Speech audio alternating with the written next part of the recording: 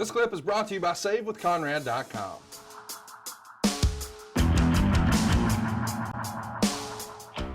Well, next up, the tag titles are on the line. This time it's in Dothan at the Houston County Farm Center.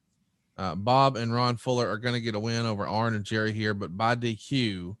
Chat me up about the Houston County Farm Center. This is a famous building. I think this is the building that so many people talk about that had the dirt floor. Is that right? Correct. Cement, dirt floors, cement around the ring, extremely hot, extremely loud, a long way from the locker room to get to the ring, and just a single strand of rope is a barricade between you and the fans.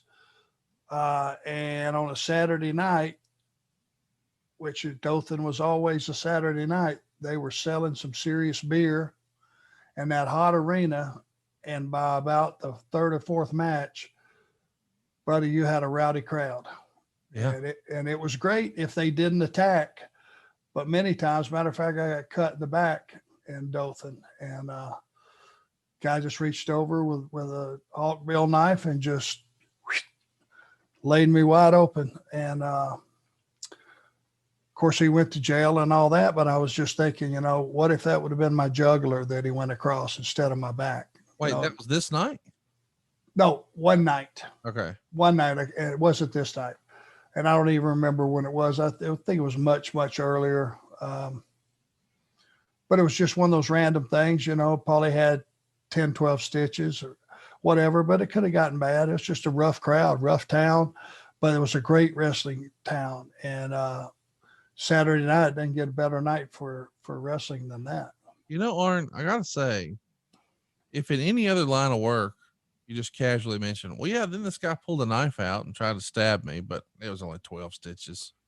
That's not normal outside of the context of professional wrestling. Like, I don't think if that happened down at the accounting office, I don't think that they're going to report to work the next day. Hell, they're probably looking for a new profession, period. You know why I didn't get angry? How's that? I did everything humanly possible to put him in that state of mind to do that to me. How weird is this whole genre when you think about it? I did everything I could do to entice somebody in that crowd to stab me. And somebody did. Don't double back and question or get pissed because I got stabbed. I would cuss every human being between me and the ring going down, and whether I lost or not, cuss them all the way out. And you were going to get punched, and you were going to get people try to double leg you, try to attack you. They would throw batteries at you, you name it. But they were back the next week and they brought two of their buddies. Business. Always remember this, Conrad. Baby faces sell merchandise, heels sell tickets. And when you get away from that concept, you're screwing yourself in this business, because it is time tested and 100% effective. Heat sells. So take me back to this stabbing incident, we'll call it. As you're getting stitched up, are you just grinning like a possum? Like, look, I did it. I made a guy hate me so bad that he's in jail now. It's worth it. It was a feeling of how bad is it? Yeah. Oh, because it was on my back, far enough back that I couldn't just twist and look. I couldn't see. Yeah. And they said, oh, it's not too bad, everybody. And they said, just we'll super glue it shut. There's a emergency room right down the road. Just go get them to stitch it up. When I saw that it didn't hit anything important other than just some back fat. Thank God I had it.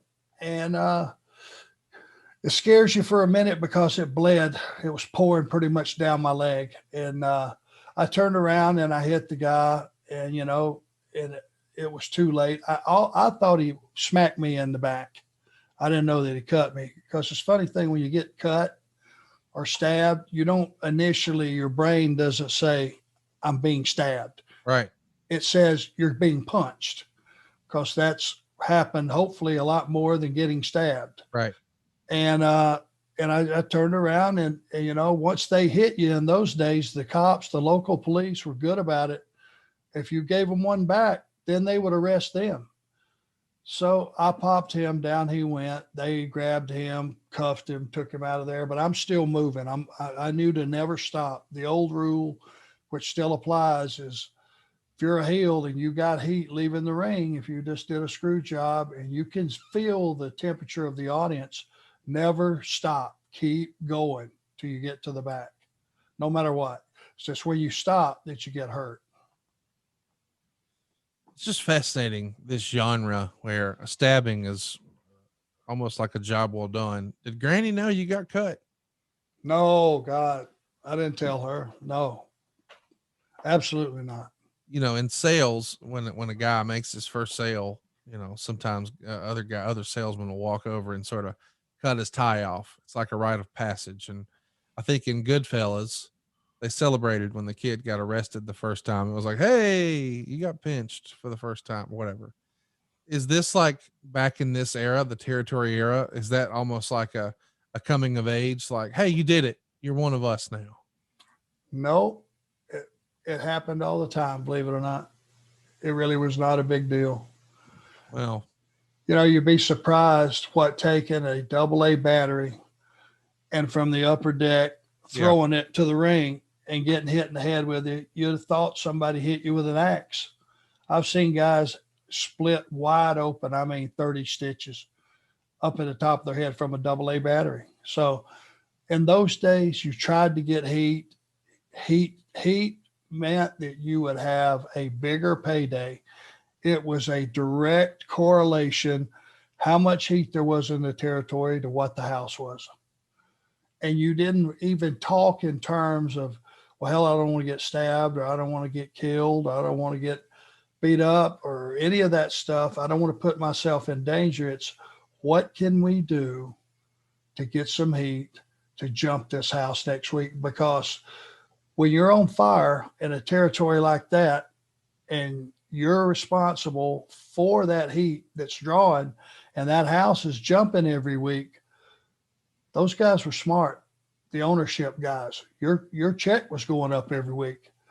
So it was direct correlation. And if you want to make more money, man, go get some heat.